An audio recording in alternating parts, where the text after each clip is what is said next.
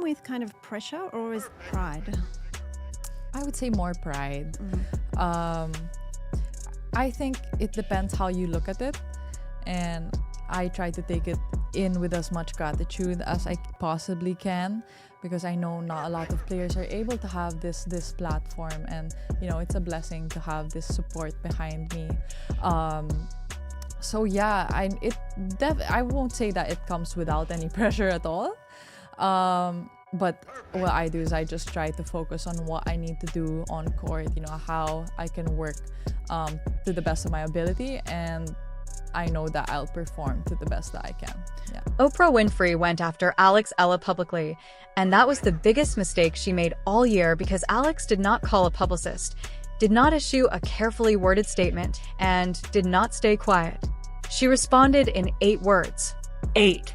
And those 8 words broke the internet and left Oprah's camp completely silent. Here is exactly what happened. Do you think Alex Eala handled this perfectly, or did she go too far? Drop your honest opinion in the comments right now. Let's set the scene, because context matters here, and the full picture is more interesting than the headlines.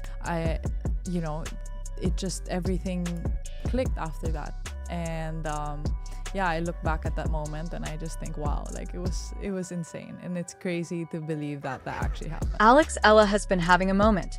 Not the kind of moment where someone gets lucky with one viral post and disappears 2 weeks later. The kind of moment that builds and grows until brands start calling, stadiums begin selling out, and people who had never watched a tennis match in their lives suddenly know your name. She is a Rafa Nadal Academy product. She left the Philippines as a teenager, flew to Spain, and fought her way through one of the most demanding tennis development programs in the world. Junior Grand Slam title, ITF circuit grind. Qualifying rounds in blistering heat far from home. Ranking points earned one brutal match at a time. And somewhere in the middle of all that, she also became a cultural phenomenon across Southeast Asia and far beyond. Her matches are selling out. Sponsors are lining up. Magazines want her on their covers. A teenager in Manila who never cared about tennis is suddenly watching because Alex Eala makes the sport feel like it belongs to them. That is not a small thing. That is exactly the kind of crossover appeal that sports organizations spend hundreds of millions trying to create and almost never successfully achieve. So naturally, someone decided this needed to be torn down. Oprah Winfrey posted a public critique of Alex Eala that nobody saw coming and absolutely nobody asked for. The post was not gentle. It was not a nuanced media observation. It read like a prepared takedown. Oprah wrote that the buzz around Alex was not about exceptional tennis talent, but about image, viral personality, and spectacle. She called Alex a symbol of distraction and emotional chaos, and said that history remembers depth, not noise. Read that again slowly. Depth, not noise. About a young woman who left her home country as a teenager, trained on clay courts in Spain while homesick and financially uncertain, and fought her way into professional tennis without shortcuts or safety nets. Oprah called that noise. The internet did not take it quietly. Fan bases collided. Sports journalists weighed in. Entertainment writers shared their opinions. Former athletes started choosing sides. Everyone was watching to see what Alex would do next, because that is the moment that defines a person, not the attack, the response. A lot of young athletes in that position fold. They release a statement written by lawyers that says nothing, offends no one, and makes the whole thing disappear as quietly as possible. The PR machine runs its usual play. You protect the brand, you avoid conflict with powerful people, and you wait for the news cycle to move on. Alex Eala did not do any of that. She responded immediately, in her own words, with no committee and no filter. She wrote that she has never chased fame, that the attention around her comes from years of struggle, hard work, community efforts, and real people who see themselves in her journey. She said that while Oprah focused on inspiring audiences, she focused on saving dreams, lifting the broken, and proving that opportunity is real, no matter where you come from. She said, "Being seen is not a crime. It is what happens when you speak from your scars and try to turn pain into purpose." And then she closed it with 8 words that the entire internet immediately memorized. "My legacy is built on courts, not couches." That line landed like a serve at 130 miles per hour into an empty box. Clean, unstoppable, final. In 8 words, Alex drew the sharpest possible contrast between their two worlds. Oprah has spent decades building wealth and influence by sitting across from other people, listening to their stories, and then presenting those stories to a television audience. That is a legitimate and powerful thing to do. Nobody is pretending otherwise. But there is a fundamental difference between talking about struggle from a studio couch and actually living it on hard courts far from home with a racket in your hand and a ranking that does not care about your feelings. Alex did not say Oprah's work was worthless. She said her own work happened somewhere else. And she said it in a way that was precise, confident, and completely undeniable. The fallout was immediate. Fellow players started liking the post, not commenting because athletes are trained to be careful, but liking, which in the current media environment is its own kind of statement. Former champions who spent years dealing with the same tired narrative that a young woman's marketability somehow undermines her athletic credibility were openly supportive.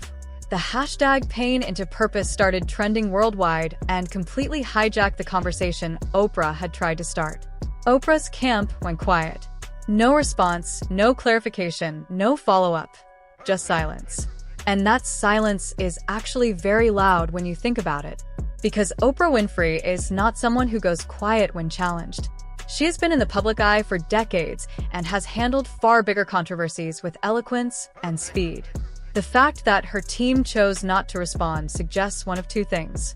Either they genuinely had no good answer to those 8 words, or they ran the math on Alex Eala's fanbase and decided that pushing it further was not a fight worth having. Either way, it tells you something. Now, let's talk about why Oprah's original post hit the nerve it hit, because it did not land in a vacuum. It landed in the middle of a very old and very exhausting conversation about young female athletes and what they are allowed to be. This script has been recycled for decades. Anna Kournikova was one of the best doubles players in the world and a genuine top 10 singles competitor. And the media spent the late 90s reducing her to her looks and using her commercial success as evidence that she was not serious. Maria Sharapova had to spend her entire career defending the idea that winning 5 Grand Slams was real and not somehow canceled out by being recognizable. Emma Raducanu won the US Open without dropping a single set across qualifying and the main draw, one of the most extraordinary athletic achievements in recent sports history. And the moment she signed brand deals, the media started questioning her commitment to the sport. The pattern is always the same. A young woman becomes successful. The young woman also becomes marketable. Someone suggests the marketability is proof that the success is not authentic. The athlete is forced to defend the thing that should not need defending.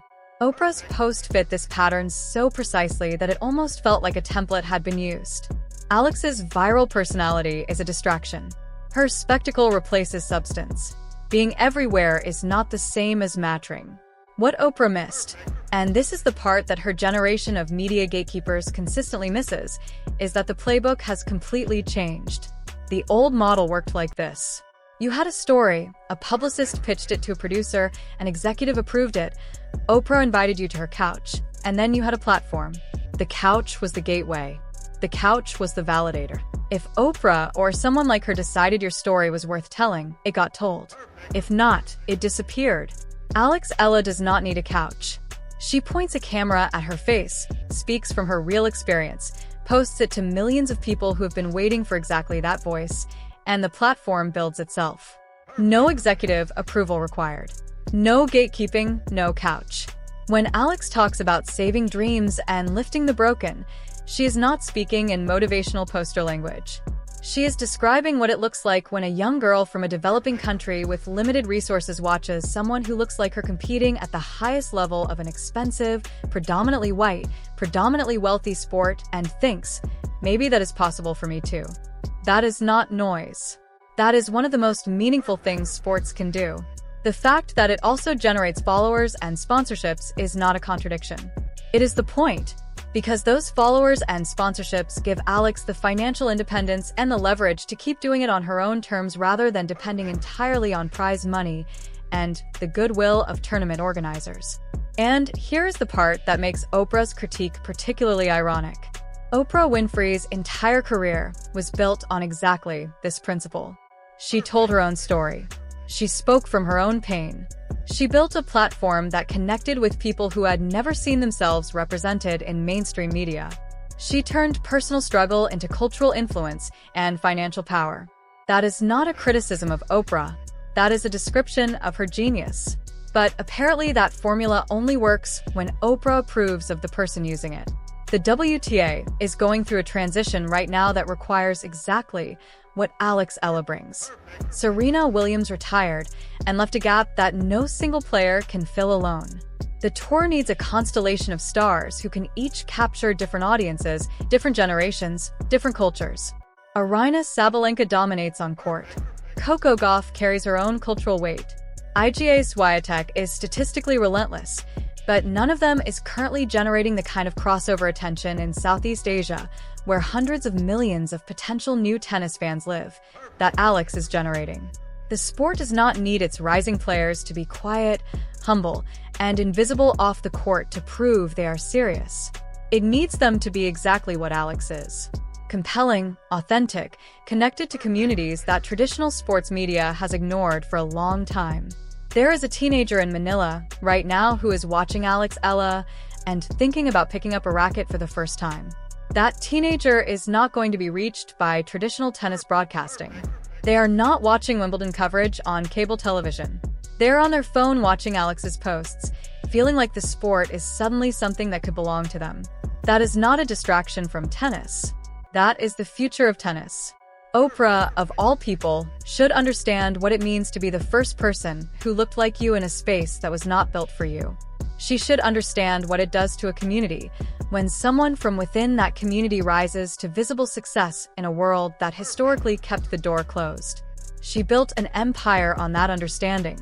And yet somehow when Alex Eala does it in real time on her own terms with her own phone and her own voice, the verdict is that she is producing noise. Back to those 8 words because they deserve one more look. My legacy is built on courts, not couches. It is not angry. It does not insult anyone. It does not exaggerate or perform outrage. It simply states a fact with total clarity. Alex knows what her work is, where it happens, and what it costs. And she is not interested in having that work evaluated by someone who has never had to return a 100 miles per hour serve in the deciding set of a qualifying match while carrying the expectations of an entire nation on her shoulders. The court does not care about your television ratings. It does not care about your production budget or your magazine covers or your daytime Emmy Awards. The court only cares about whether you can compete.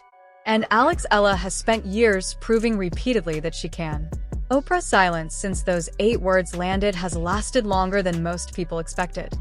The woman who has never been short of words, who built a career on knowing exactly what to say and when to say it, appears to have concluded that there is no good follow-up to courts, not couches.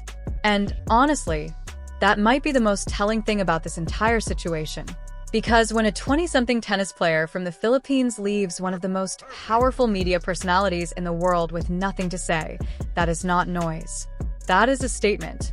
Alex Eala walked into a fight she did not start and ended it in 8 words. Whether you think Oprah was out of line or just being honest, one thing is clear. Alex is not someone who shrinks under pressure on the court or off it. Hit like if you enjoyed this and subscribe so you never miss a video like this.